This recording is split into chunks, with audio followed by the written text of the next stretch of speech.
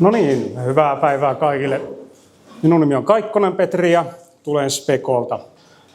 Mulla tuli tämmöinen mammuttiaihe projektinjohdon ja suunnittelun roolihankkeen onnistumisessa. Tämä on varmaan semmoinen, että tästä saisi monta kurssia aikaiseksi, jos oikeasti lähtisi käymään läpi. Mutta on pyrkinyt ottamaan tässä nyt omassa esityksessä vähän asioita, jotka niin kuin on omaan historiaan, omaan johtamiskokemukseen ja muuhun, mitä olen elämäni aikana kokenut, niin asioita.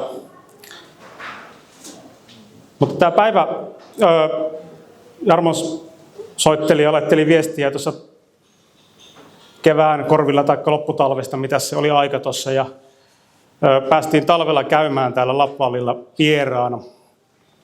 Ja se avasi paljon myös silmiä tässä, mitä Pyhäntä voi tarjota ja mitä minkä takia Lappeenranta on menestynyt 15 vuotta täällä alueella.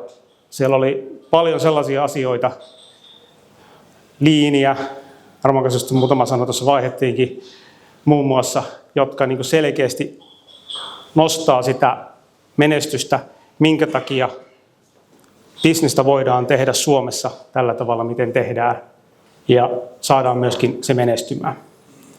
Mutta väitän, että yksi iso rooli siinä on projektin johtamisessa, hankkeiden johtamisessa ja miten niitä viedään eteenpäin.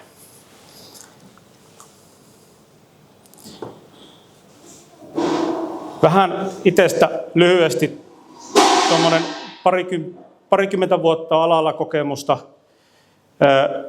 On siinä mielessä onnellisessa asemassa, että on päässyt tekemään monenlaisia asioita työurani aikana. Olen lähtenyt sieltä työmaalta, palannut betonia, kantanut lautaa, päässyt johtamaan työtä. Olen päässyt tekemään myös kiinteistöjohtamisbisnestä, toimitilan vuokrausbisnestä, rakennusliikkeessä hankekehitystä, kiinteistökehitystä, asuntotuotannon kehitystä. Nyt viimeiset 8 vuotta olen ollut Svekolla. Olen tehnyt projektin johtamista, kustannusta, mutta ennen kaikkea myöskin tämän projektiliiketoiminnan johtamista. Eli päässyt näkemään niin monesta eri näkökulmasta eri asioita. Ja sen takia uskon, että tässä on, niin kuin, tällä projektinjohdolla on erittäin iso vaikutus siihen, mitä me tullaan aina saamaan aikaiseksi asioissa.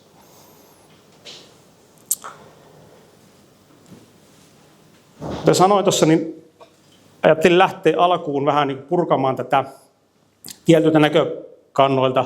Ja nyt oikeastaan puhun enempi talonrakentamishankkeista, olko ne teollisuus, normaali toimitilarakentamista tai jopa asuinrakentamista, mutta että kuitenkin niin talon rakentaminen yleensäkin, tai rakentaminen yleensäkin, mitenkä hanke menee.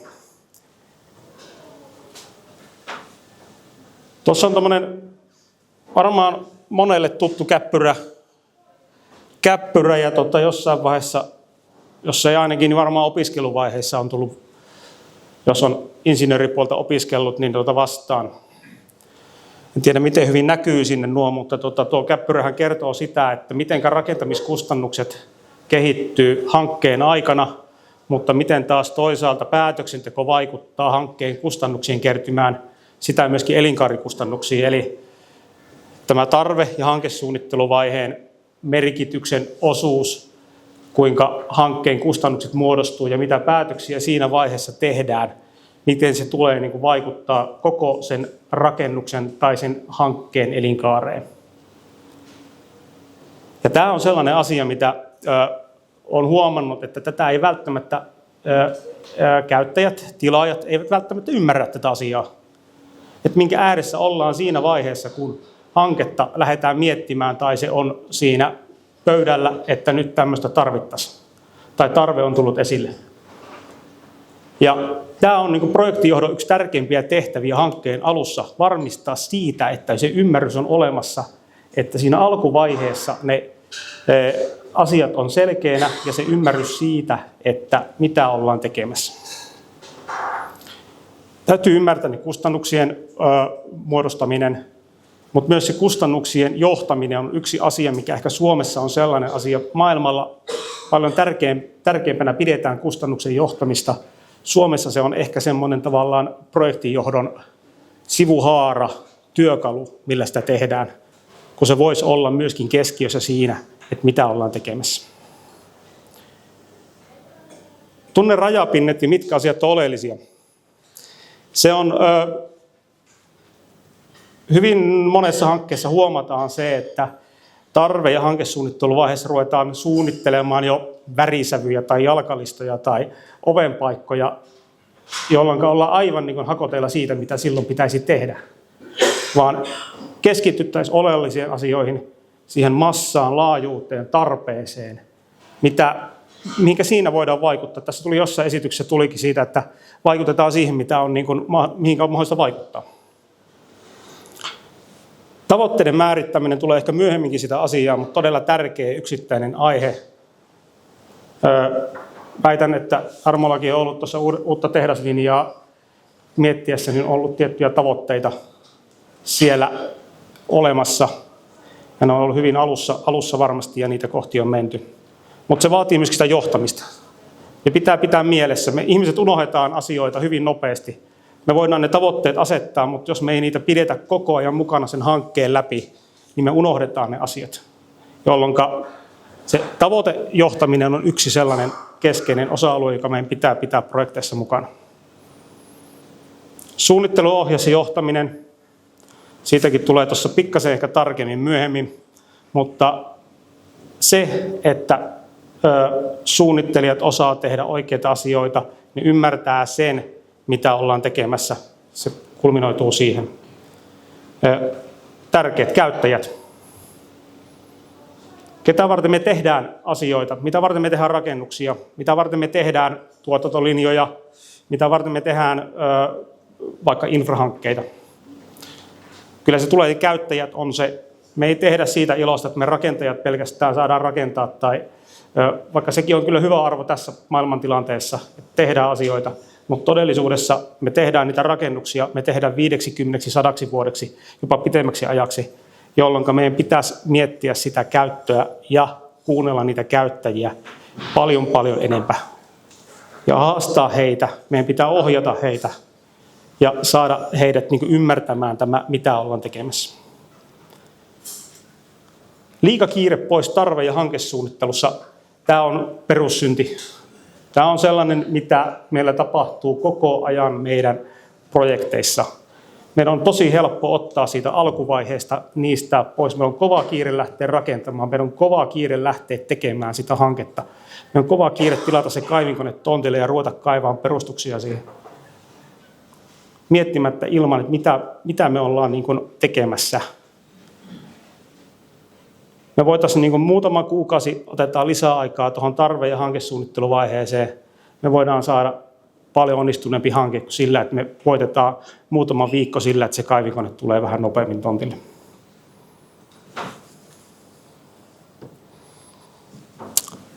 No mitä se projektijohdon rooli sitten yhdessä onnistumisessa niin kuin tarkoittaa?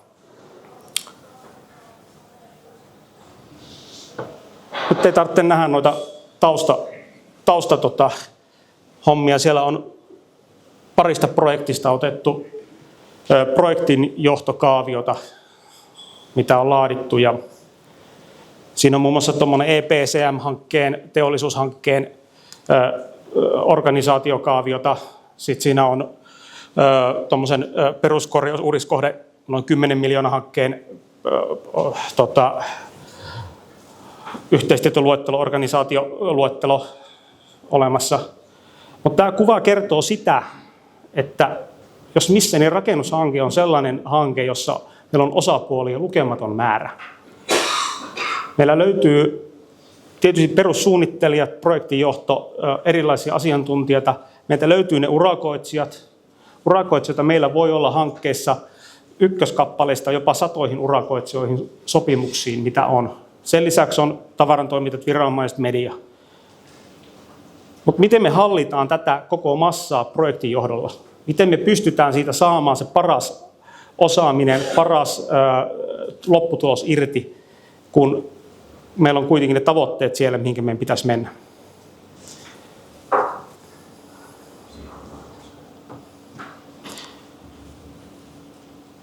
Tässä on muutama pointti, mitä mä haluaisin ottaa esille. Ne tavoitteet. Ne pitää olla selkeät. Varmaankin tuolla, kun on uutta linjaa miettinyt, että se on ajatellut, en muista paljonko oli linjan kapasiteetti, oliko 100 000 neliötä vuoteen vai mikä oli tavallaan se tavoite, mutta siellä on varmaan joku tavoite ollut siellä linjastolla, että paljonko pitää tulla sen jälkeen, kun tehdas on valmis. Siellä voi olla, että siellä on turvallisuus, ei saa sattua tapaturmia.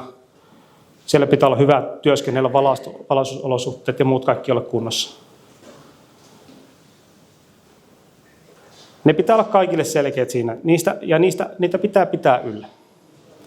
Mutta myös pitää vaatia osapuolia, ketkä lähtee siihen projektiin, että sitoudutaan niihin ja se luottamus siitä, että se suunnittelija, joka suunnittelee sitä, että se toimittaa sen suunnitelman ajallaan ja että toiset pääsee tekemään. Kunnioitetaan niin sanotusti toisen työtä sillä, että teen oman asiani aikataulussa, jotta toinen pääsee tekemään sitten oman työnsä loppuun.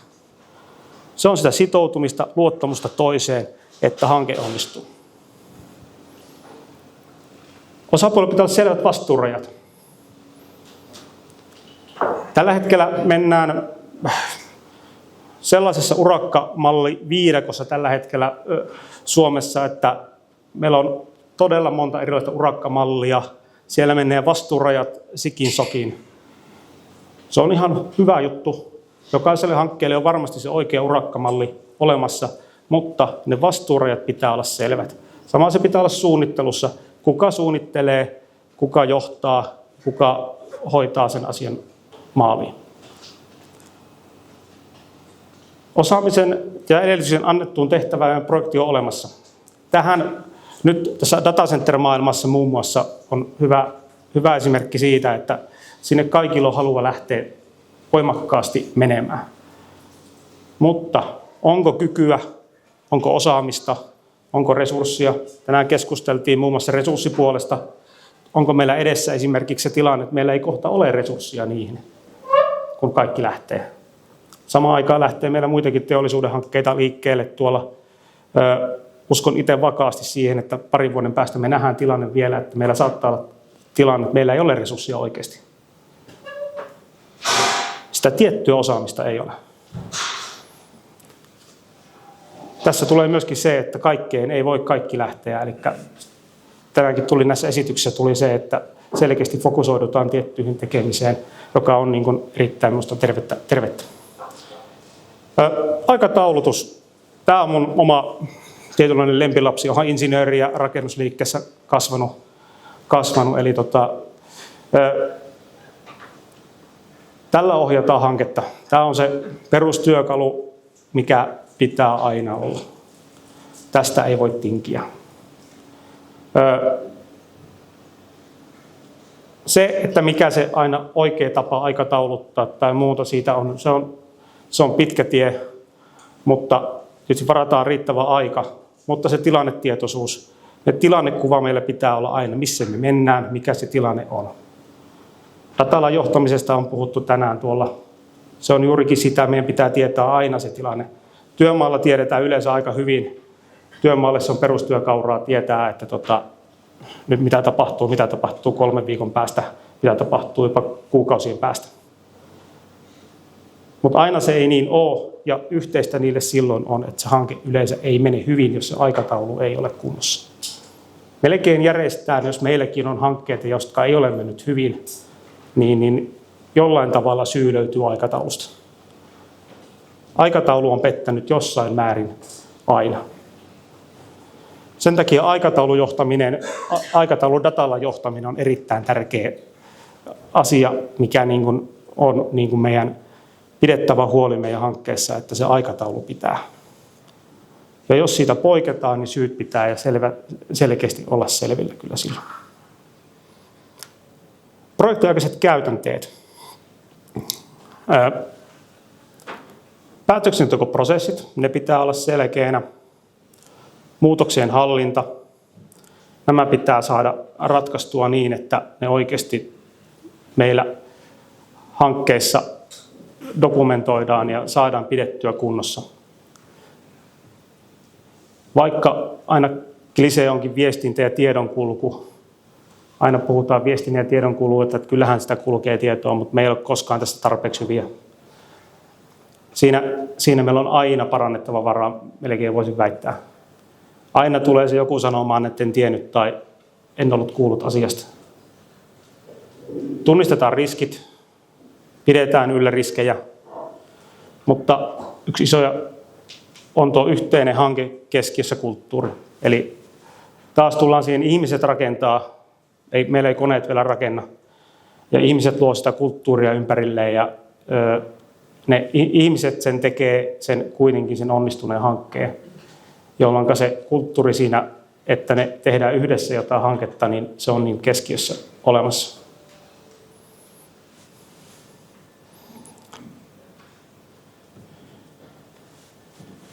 Vähän suunnittelusta ja sen johtamisen tärkeydestä. Itse olen niin projektijohdon puolella, mutta teen päivittäin töitä myös suunnittelijoiden kanssa. Ja muun muassa paljon on arkkitehtien kanssa on haastanut. Ja se on välillä aika hauskaakin, että kun insinööri puhuu arkkitehtien kanssa, niin meillä on vähän niin kuin erilainen lähestymiskulma asioihin, mutta me yleensä ollaan aika hyvin pärjätty siinä. Ja ne mielellään kuuntelee sitä, että mitä mulla on sanottavaa, ja mä kyllä kuuntelen mielelläni, niin mä ymmärrän sitten tavallaan heidän näköpontin, mitä heillä on sanottavaa. Ja sen takia, että tässä ehkä saattaa vähän en tiedä onko arkkitehtiä joukossa täällä, mutta saattaa vähän raflatakin arkkitehtuuria, tai ehkä niin kuin pääsuunnitteluroolia, joka yleensä on arkkitehdillä monesti. Mutta tämä on niin kuin aihepiirinä semmoinen, joka ehkä tietyllä tavalla lämmittää omaa sydäntä tai semmoista, että mielellään tästä keskusteleekin, koska tämä on aika tärkeänä asiana myös meidän hankkeiden onnistumisessa. Kuka vastaa projektin suunnitteluohjauksesta? Meillä otetaan vaikka 30 miljoonan hanke. Onko sitä vastuutettu jollekin se suunnitteluohjaus? Kuka katsoo sen suunnittelun päälle ja vastaa siitä, että se vastaa niiden käyttäjien tavoitteita? Suunnittelu totta kai piirtää parhaansa mukaan siitä, mitä käyttäjät tuottaa tietoa, mutta kuka sen katsoo sitten, että ne suunnitelmat oikeasti vastaa sitä, mitä halutaan. Tämä on aika monesti aika epäselvä, tai se voidaan antaa rakennuttajakonsultille. Se voi olla pienenä tekstinä siellä, että vastaa suunnitteluohjauksesta. Rakennusliikehenkilöt täällä nyökyttelee, meillä on kunnossa, mä tiedän. Mä oon sanonutkin, että rakennusliikkeessä tämä on hyvässä kunnossa monesti. Siellä tuotanto ohjaa, siellä myynti ohjaa, gründikohteissa, siellä hankinta on mukana. Siellä on monesti monta osapuolta. Mä oon sanonutkin, että tietyltä osamäärin voisi ottaa oppia monen hankkeeseen rakennusliikemäisestä suunnitteluohjauksesta, mutta siinä on se mutta, että rakennusliike ohjaa totta kai sitä suunnittelua omasta näkökulmastaan. Jos me lähdetään projektin näkökulmasta ohjaamaan, niin me tarvitaan projektille erikseen suunnitteluohjaaja, kuka ottaa sitä vastuuta. Kun tuolla lukee mulla, että pääsuunnittelijan roolia tulisi hankkeessa korostaa. Pääsuunnittelu on yksi henkilö, kuka pitäisi ottaa enemmän roolia hankkeessa. Liian vähän nähdään sitä, että pääsuunnittelija oikeasti tekee sitä työtehtävää, mikä hänelle on siihen hankkeeseen annettu. Se on monesti sen arkkitehtuurin sivujuonne siellä. Otetaan se vastuu, mutta loppukädessä sitä ei samalla tavalla tehdä, miten sitä pitäisi tehdä, koska pääsuunnittelijan rooli on kuitenkin yhteensovittaa suunnitelmia, huolehtia sen suunnitteluryhmän kokonaisuudesta, että se tulee se suunnittelu semmoisena, että sille pystytään toteuttamaan hyvä hanke. Pääsuunnittelijan rooli pitäisi nostaa enempi tikunnokkaan hankkeessa. Suunnitteluosuus koko hankekustannuksista on tyypillisesti noin 8-15%. Sitten tuossa Himmemäellä lukee projektijohto 1-3%. Tuo on karkeita hankekoosta ja hankkeesta riippuen, mutta on yleinen määritelmä tuossa. Se on aika iso määrä kuitenkin hankkeen kokonaiskustannuksista. Mutta sitten taas tuo projektijohto 1-3%.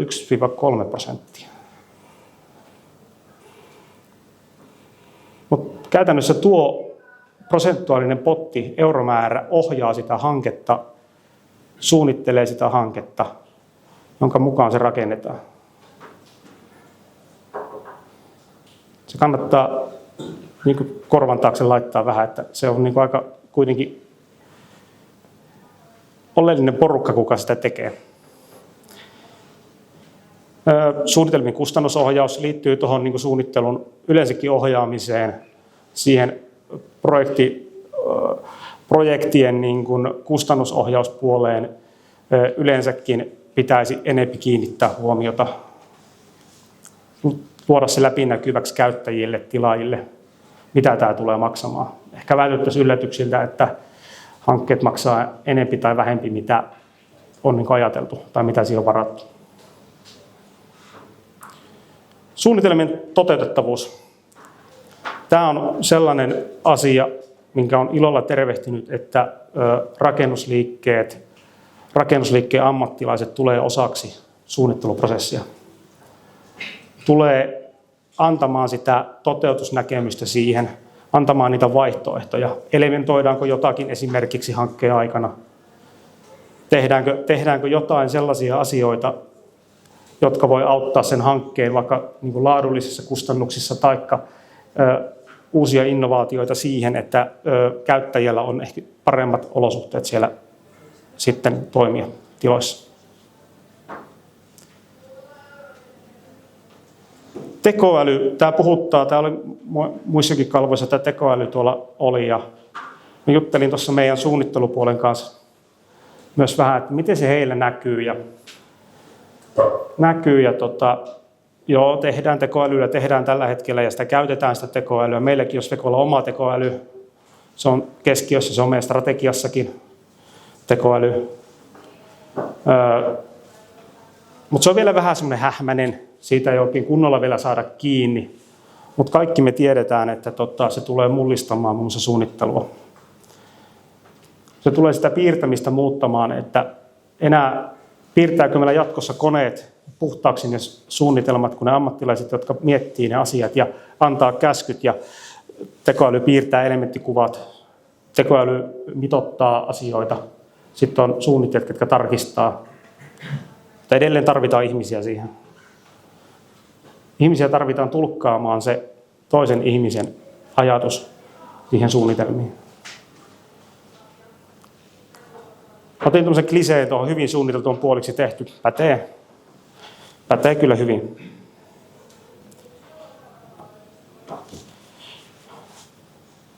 Meidän presidentilläkin aina Stubbilla tuppaa olemaan aina 3 pointtia. Mäkin ajattelin, että otetaan tähän 3 pointtia tähän loppuun. Luo yhteistyötä.